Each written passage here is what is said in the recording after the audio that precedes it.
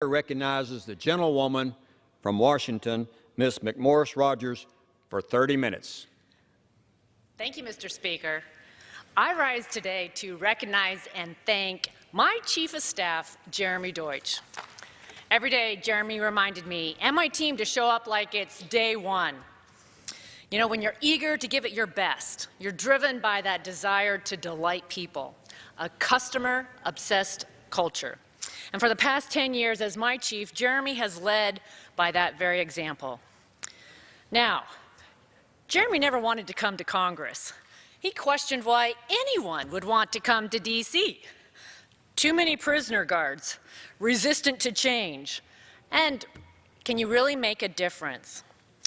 We first met when he actually moved from Ohio to Washington State after I had been elected minority leader in the State House. And when I decided to run for Congress, he said, "Cathy, sorry, but I'm not interested in national politics." And then I won, and I asked him to join me in D.C., and again he said, no, I'm not going to Congress. But in 2006, I was in a very competitive race, and I needed him, and he came and helped me win. And even after he rescued my campaign, he still didn't want to come to Congress. He said, "I'll help you campaign, Cathy, but that's it." Finally, in 2008, Jeremy said yes. I was just elected as vice chair of the conference and eager to bring a more tech-forward approach to how we engage with the American people. I was told at the time that it was unconventional to have a chief of staff who had never worked on Capitol Hill. And I said, that's exactly right. Jeremy is unconventional. In a world where people are quick to tell you no, why something can't be done, he embraces change. And because of all of that, he brings a visionary approach to politics. When I was vice chair of the Republican conference, Jeremy helped me launch sunshine.gop. There was no other website like it to track the earmarks and every single dollar within the stimulus package. Now, you may remember in 2009, the Obama administration also had a website, but it couldn't account for billions of dollars, and it showed jobs and taxpayer dollars going to districts that didn't even exist. With sunshine.gop, we delivered an innovative resource that the American people could trust and count on. And it was the best tool available to foster transparency and accountability as to how taxpayer dollars were being spent at the time. In 2008, I also pitched the minority leader, John Boehner, on a plan to bring our members' offices into the 21st century. We called it Moving the GOP from PC to Mac. And Jeremy was instrumental in executing my vision to use innovative technology to build trust with the American people by reaching them on the platforms that they use every day. When I became chair of the Republican conference, we turned the conference into a comprehensive messaging operation. We focused on training, modernizing, equipping, and promoting our members. Many said that it wouldn't work to bring cutting-edge strategies to Congress. But all along the way, Jeremy helped prove them wrong. Even when it came to literally bringing creativity to our walls. Mr. Speaker, it's because of Jeremy that chalkboard paint, yes, chalkboard paint, is now an approved paint color for all congressional offices. When the CAO first told us no, he asked 5 times.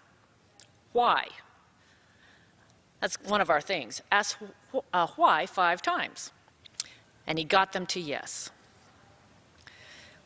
When you're inspired and you imagine what's possible, it's amazing what you can accomplish.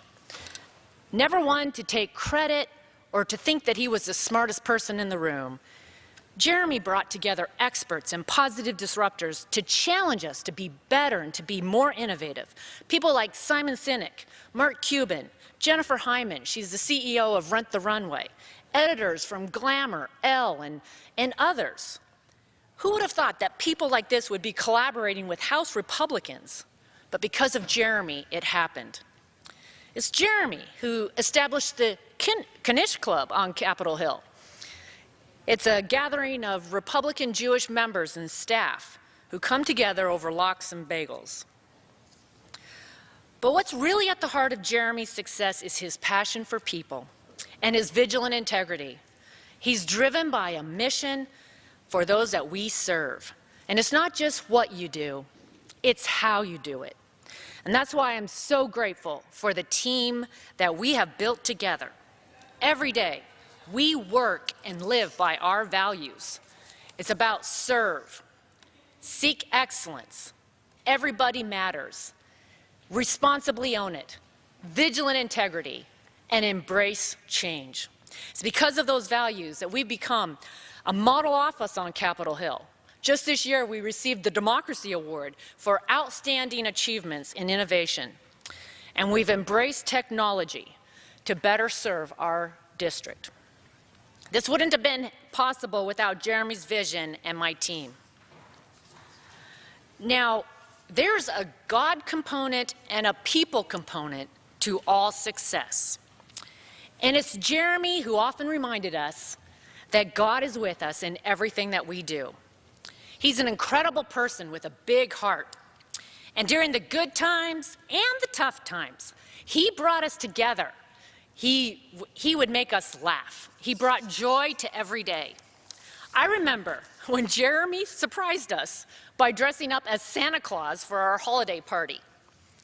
Here's the Jewish guy who doesn't celebrate Christmas, bringing joy and cheer to my staff. There probably isn't anyone on Capitol Hill quite like Jeremy Deutsch. But for the sake of this institution, I hope that that's not the case, because he has made a difference here. Jeremy, thank you for your 10 years of service to the People's House, for your guidance, your leadership, and of course, your friendship. May God be with you in everything that you do. Thank you. Gentlelady,